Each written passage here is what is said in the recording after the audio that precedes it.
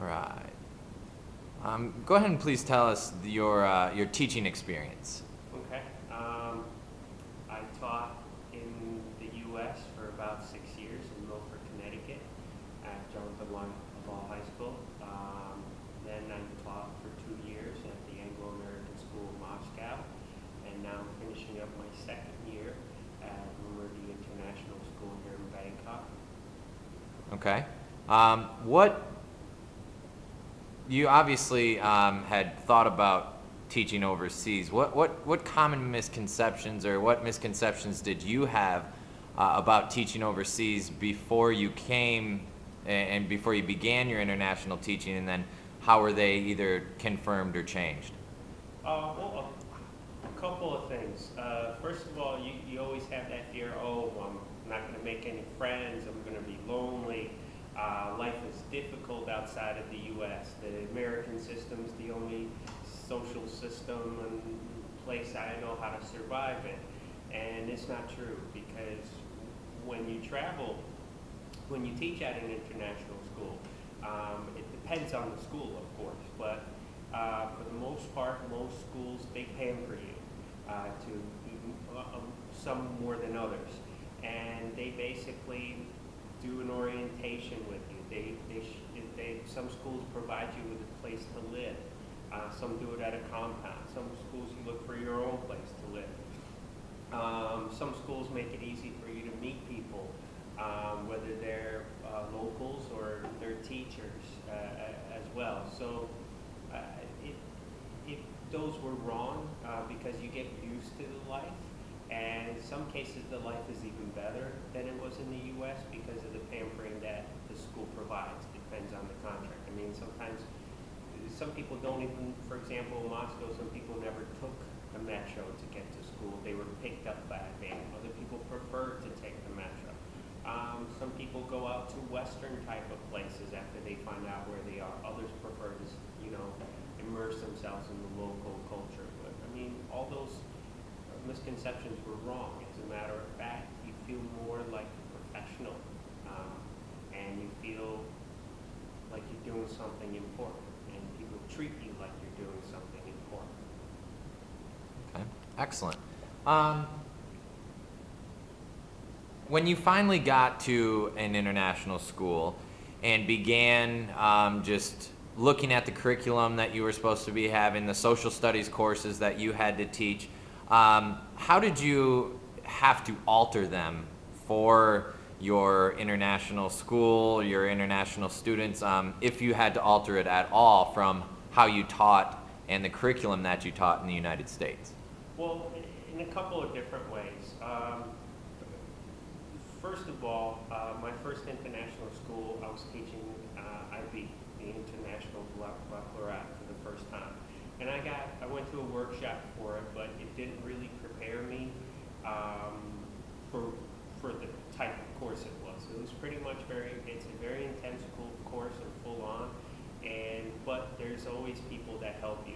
The interesting thing is a lot of times those people are not American teachers. They could be British or they could be Australian, and they come with their own way of teaching the courses, and that makes it a challenge, a learning experience, but fun as well, because you're working with teachers who come from different educational backgrounds.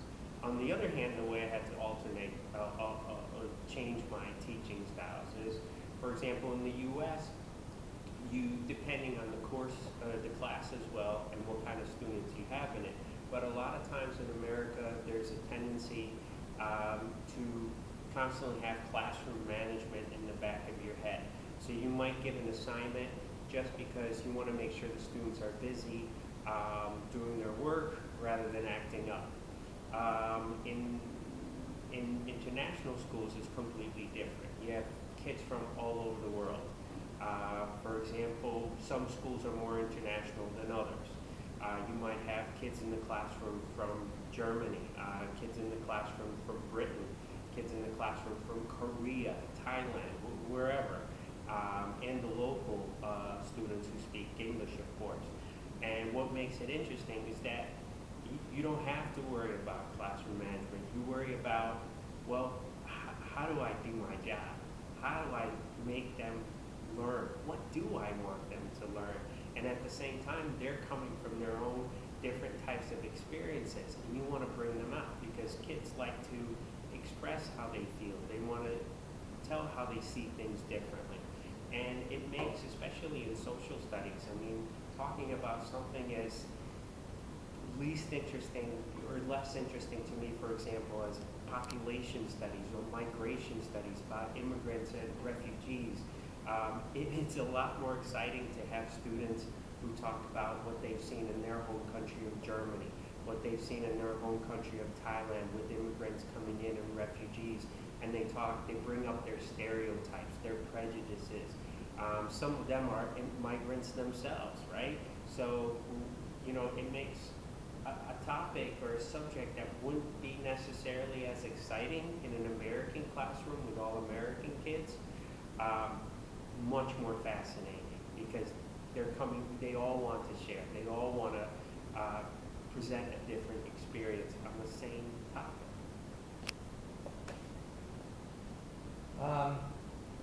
Now, after all this, and you know, I guess we'll say if you were to leave now and go back to the U.S., but I'm sure you probably can plan on continuing for a few years in the international school system.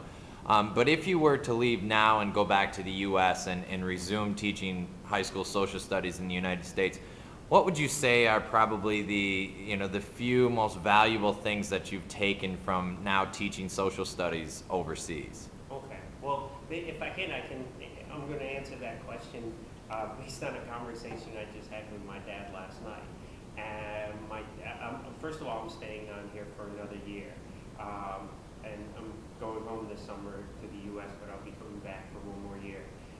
But him and I were talking. He said, well, what are you going to do? I mean, are you going to stay in the international schools business, or are you going to come home? Obviously, family wants you to come home. And my father was saying, well, why do you want to teach overseas? And I said, well, it's more fun to teach, you know, in a different part of the world. He goes, well, what's wrong with teaching in a nice school in Long Island or a nice school in Fairfield County in Connecticut? And I said, well, first of all, because it's more fun to live in London or in Bangkok or in Moscow for that matter. It's just more fun to live there. He goes, okay, well, I can understand London or somewhere in Europe, but what's the big deal? Your focus is learning, so what's the difference between teaching in a school in London and teaching in a school, in a very good school in Long Island or Fairfield? And I said, well, exactly those things that I told you before. I miss having kids from all over the world in my classroom. It's also, and then it's more interested not just living in an international city or in a non-American city. Besides that, again, that idea of having a classroom with kids from all over the world. I'll give you an example. In Moscow, I had one classroom where the daughter was the ambassador's daughter from America. At the same time, I had executive members of Samsung in my classroom from Korea, okay, that were living in Moscow. I mean, those things, you know, make it for a much more interesting classroom because they have their own